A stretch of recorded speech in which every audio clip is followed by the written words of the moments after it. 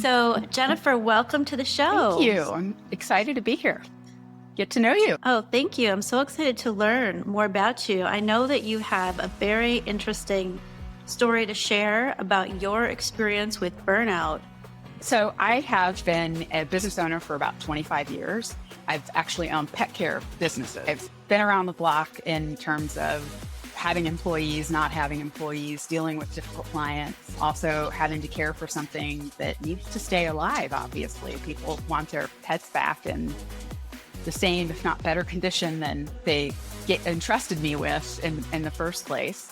I am also a writer by trade and in training and have written a couple of books, but I currently spend most of my time coaching women through burnout recovery, teaching them about stress management, as well as giving them the tools to build mental strength. So, tell me a little more about what happened with you. What was your story? What are some of the signs that were maybe happening that you didn't notice right Sure. away that were telling you were stressed? Yeah, my burnout story isn't atypical. It's, what where it is atypical is the time, that it happened. Nobody was talking about this. So I burned out around 2009, 2010. It's for most of us, it's really difficult to pinpoint exactly when our burnout happens. That's not uncommon because of the way stress is. Stress builds in us without us even being aware because we all have some kind of coping mechanism that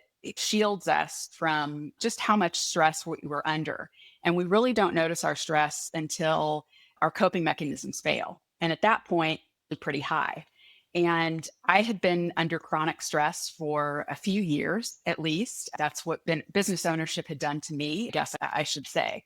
And I was exhausted all the time. I was super cynical. I'm already sarcastic and have a dry wit. This got to mean territory. Uh, Okay. I wasn't laughing anymore. That was a big sign for me. I wasn't finding stuff funny. Everything was serious Yeah. all the time. Everything had super high stakes. My creativity was basically in the crapper, lack of a better term at the moment. And a lot of my relationships I had pretty much ruined because I was angry and I was resentful all the time and I was exhausted and I couldn't talk about anything except for my job and how frustrated I was all the time. And people just didn't understand and they never would.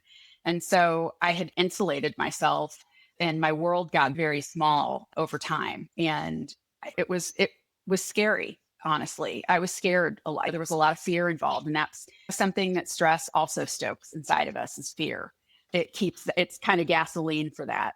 And so Mm. the point where I hit the wall and said something has to change, it wasn't unusual for me to work through dinner, sit there with my laptop on one side and have my dinner plate in front of me or be leaning up against the table. And I was so exhausted at this point because I really wasn't sleeping. If I was sleeping, it wasn't good sleep, it wasn't restorative sleep. And I literally fell face first into my dinner, into my pizza. Um, and Oh, woke up and was like, this is not good. This is, it was an aha moment too of, I just don't want to live like this anymore. This shouldn't be how things are.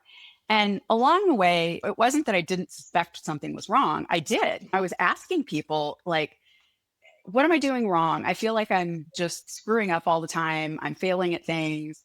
It didn't matter that my business was successful. It didn't matter that I was successful. I just could only focus on the negativity. And I was really focused on why I was feeling so stressed out and terrible all the time.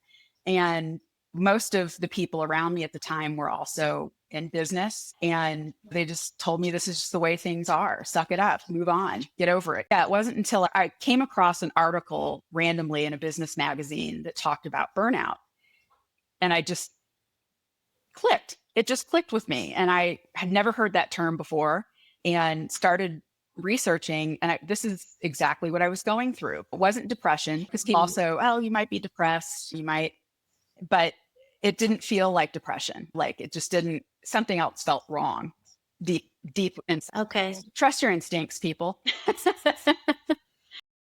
So, can you say for listeners, what would be maybe of the top three of things you could share that are warning signs that you are burned out?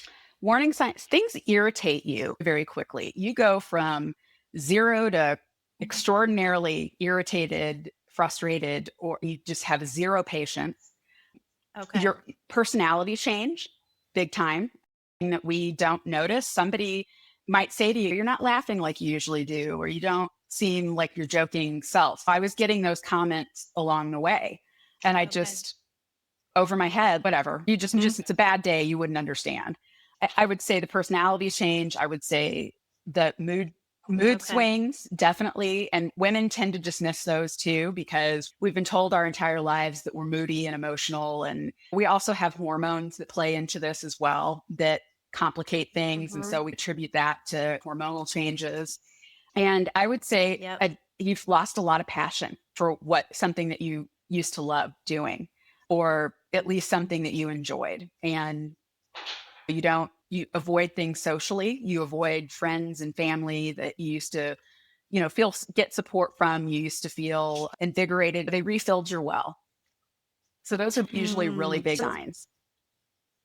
okay, so it's really spilling out into all areas of your life. Yes. It's not even just only about the work, it's about way more. It's Yes. about how you Yes. interact with your family, your friends. Yeah, it's a big misconception that burnout is only about work, that we only burn out because of work. We Mhm. like to point to some of the more obvious things in our lives that frustrate us. The reason I burned out was much deeper than that. The reason I burned out is because I'm a people pleasing perfectionist. I didn't know that about Mhm. myself. I would have never called myself a perfectionist. And that that aha light bulb moment came from a personality assessment called Clifton Strength. When we examine the lens we've been looking through, we often realize we've been measuring ourselves by impossible standards. And those results were pivotal in my burnout recovery, because it really pointed to the core reason why I was burned out. Okay. Okay, so it took you doing this test to really understand it. Yes. I need to Okay. point out this is not what that test is for. So that's not why I Right. took not why I took it. It's actually it helps you find your strengths, what you're best at. And that Mhm. was something that came up in the coaching and in the materials, that I'm a people pleasing perfectionist. It was just this moment of, oh, wow. Okay. Okay, I my expectations are like through the roof for myself and the people around me. I don't do things for myself. I'm always trying to please others. I always want to make other people happy. I was twisting myself constantly in a pretzel. I wasn't being myself. It was a mess. Wow. Yeah. Okay, so then you realized, so you found out, you saw the article, you realized this was Hmm. happening to Hmm. you. Did you feel Yes. relieved to know that there's a reason? I think that's a lot of why we burn out, is that we don't catch it often when it's way down the road. So we miss the triggering Yep. moment. So what happened next after you figured it out? So I started doing a bunch of research, and that's how my brain works. I always need to know why. That's the journalist in me. I need to know why. And I started digging. I started learning more about stress and what it does to our brains and our body.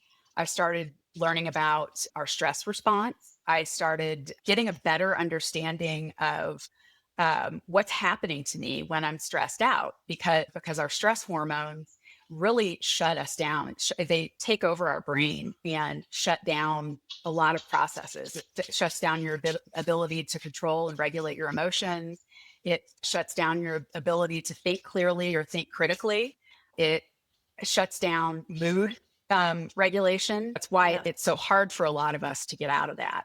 And once I Yeah. had the big pieces about stress and figuring out then how I respond to stress and what seems to trigger that stress, then I could really get to work on some solutions that offered me some relief. It's not always about taking a break. It's not always about taking a vacation. It's not always about getting more sleep. I had to identify what triggered the people pleasing and what triggered the perfectionism. And I had to fix those things so that Mm. I could stop some things before they start. Okay, so you're doing the work, it sounds on the deeper Mhm. level, not on the surface Correct. level. It sounds like you're going down to the deeper, why is this happening in the first Exactly. place? Why is this person, why is this client so overly stress. It's interesting because you can have 10 people in a same kind of environment, and they'll all have very different reactions to the impacts they're facing every day. True. We all stress out about something different. No two people are alike. You and I could be in a noisy, crowded room and get stressed out for different reasons. For me, it could be the noise. For you, it could be having to wait in line. For the people next to us, it could be they're just exhausted and tired. And that's what makes this so complicated. And I think even more frustrating for people is that when you go looking for help on this topic, what you find are very surface level things that happen to everybody. They don't help you figure out what's specifically going on with you. Yeah, exactly. So, what did you do exactly to recover? I know you said you worked on the root issues of your perfectionist people pleasing, but what kind of recovery path did that look like for you? Sure. You look at all this, you look at all the reasons why you become that person. Let's say the issue that burned you out is that you're a workaholic. There's deeper reasons why you feel like you need to work, and keep going. You're scared to stop. It's looking at those reasons and saying, okay, why does this happen in the first place? Why am I scared to stop working? Or why do I feel the need to please people? Why do I? And this isn't about some deep psychological journey. It isn't, it isn't. I did some therapy along the way to understand myself better. I highly recommend it to everybody. And I have to toe that fine line of we aren't doing therapy because I'm not a trained therapist. I know a lot about it, but I'm not licensed to do stuff. For me, what that looked like was doing some therapy around that. Like what triggered those things? What motivates them? And for me, it had a lot to do with my childhood and being a middle child and always having to stand out and always having to be flexible and malleable and do what everybody else wanted, feeling ignored, that type of thing. So Yeah. a lot of for me, it's working through those issues. Also, part of my journey was recognizing that I had not built a support network. I tell everybody that my biggest mistake as a business owner, the biggest mistake I ever made as a business owner, especially in the beginning, was not building a solid support network. That was a huge mistake. Mhm. And so when I Okay. fell, when I failed, when I collapsed, there was nobody there to pick me up. There was nobody there to help me, nobody there to help me get back on my feet. And that was a really hard thing to recognize for me because I loved being around people and had so many friends for so many years. And as I had mentioned earlier, I had isolated myself because I was so angry and resentful and felt like nobody understood what was going on. And so part of that journey was reconnecting with people and friends and family, or making new friends, learning how to network again, and learning to build trust in that and really begin to listen to what other people are experiencing rather than focusing on my own experiences. Because that's also, I found it, some people don't find it supportive, but I found that to be especially empowering, to be able to not only help myself, but help give back to the people within my support network as well. Oh, yeah, definitely. Great. So, for a woman who's listening to this and is feeling herself on the brink, like she's feeling these feelings of personality change and very short tempered and super reactive, what would you suggest that she does first? It's a great question. Let your give a damn bust. That's my favorite saying. That's also some part of, I left that out of the description of my own, like, what was my aha moment? My give a damn busted. I was afraid of that busting. And I think we all are. I think we're all afraid of losing it in front of people. I think we're all afraid of asking for help. I think we have been trained to not ask for help. We are trained to be the helpers. And asking for help isn't a sign of weakness. Asking for support isn't a sign of weakness. It actually helps other people as well to be able to help you. And then the very next step is start building an awareness to what's really stressing you out, because going after the right triggers. And you're going to fail at this quite a bit until you identify it. So I want to warn you with that. If you get it right away, you are a lucky devil, and I'm jealous. But a lot of us don't nail it. We kind of chip away until we get to the core of really what's burning us out and what's stressing us out. And Okay. I also, as you're building this awareness, take notes, keep a journal, look, because, and I know it sounds like a pain in the butt, but do it simply as a notes thing on your phone, because we've got our phones with us all the time. And the people to do this is because you're going to notice patterns. You're going to notice what time of day, you're going to notice what day, people, situations. These are all clues. And it's been amazing to listen to my clients as they figure these things out, that, oh, it's not just about getting enough sleep. Oh, it's not just the commute to work and the traffic that's, ticking me off. It's that now I have time to think in the car, and I allow my anger and my frustration to snowball and get out of control about something I have absolutely no control over. And so it's digging and noticing what's happening around you that is triggering your stress response. And I find new stuff all the time. We're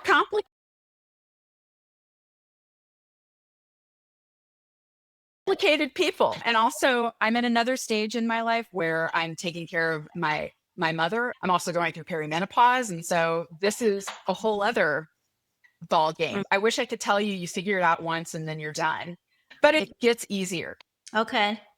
Yes, definitely. I think that must be very empowering to be able to know you can figure it out. And then you have that feeling inside, I can handle what comes next. I can, whatever comes along, I'll figure it out because I did it before. Yeah. Definitely. So I always ask my guests to think about what lens they would offer to our listeners, because on her new lens, I really believe that every one of us has our own unique way of seeing everything, our own unique way of seeing the world. I call it her lens. And sometimes we find that a certain lens might be really helpful to people where they might benefit from seeing through situations. So I wonder if there is a lens that you can imagine that a listener might benefit from, something you've learned that has helped you, that might help someone, a lens that they could see through that maybe help them navigate where they are right now. This is a great question, a great thought.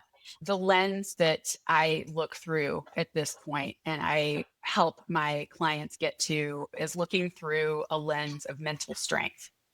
Mental strength is a skill that is so important. And I want to hopefully briefly explain. You've probably heard the term mental toughness, and mental strength and mental toughness are used interchangeably, but they're actually two different things. They're used somewhat for the same reason, but they're two different things.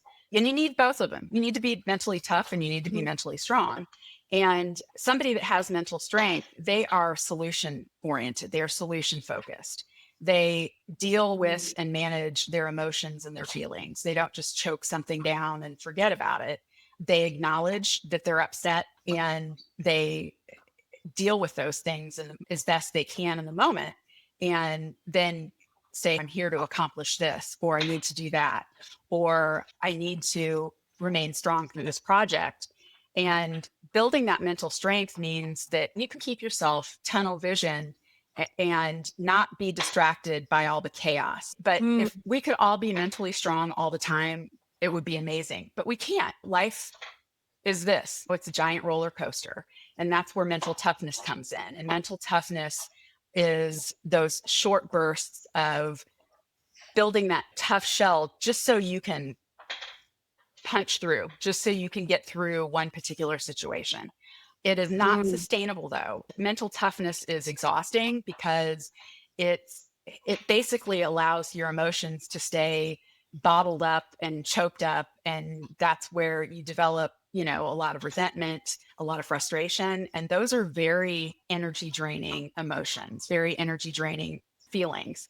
And when you're mentally tough, you're not solution focused. You're just trying to get through something. It doesn't really solve any problems, except that it allows you to finish what it is that you need. Looking at life through a mental strength lens means that you are looking for solutions. You are confident in your ability to accomplish things and remain focused on your goals. It's a very empowering skill to have. This distinction matters so much. Mental strength through my lens is about self-trust, knowing when to soften and when to stand steady. It's not about pushing harder. It's about seeing more clearly. That's so great. Thank you so much for sharing that. That's not what I've had a lot of experience with. I need to look into this more. I just want to thank you so much for being here today, for sharing so honestly and candidly about what happened to you and how you were able to discover the root cause and able to really find ways to cope and now to help other women cope. And I'll be sharing in the notes your links so any listeners can reach out directly. Please do. But I just want to thank you so much for being here today. Thank you for having me. And I'm just grateful that I got to meet you and I get to reach out to your listeners as well. So I appreciate the opportunity. Thank you. Thank you. Thank you. Great. Before we close, I want to leave you with this reflection. Burnout is not a personal failure, it's not weakness, and it's not a sign that you're doing life wrong. Through the lens we explored today, burnout is often a signal, a call to examine the standards you've been living by, the expectations you've been carrying, and the way you've been relating to yourself along the way. Mental strength, as Jennifer shared, isn't about pushing harder or becoming tougher. It's about learning to respond to life with awareness, self-trust, and compassion, knowing when to stand steady and when to soften. If something in this conversation resonated with you, I invite you to sit with it. Journal about it, notice where it shows up in your own life. Small awareness shifts can change everything when you begin to see through a new lens. You'll find Jennifer's links and resources in the show notes. And if you'd like support in exploring your own lens, especially during a season of transition, you're always welcome to connect with me through the links below. Thank you for being here, for listening, and for choosing to see yourself more clearly. Until next time, trust what you see and honor what it's asking of you.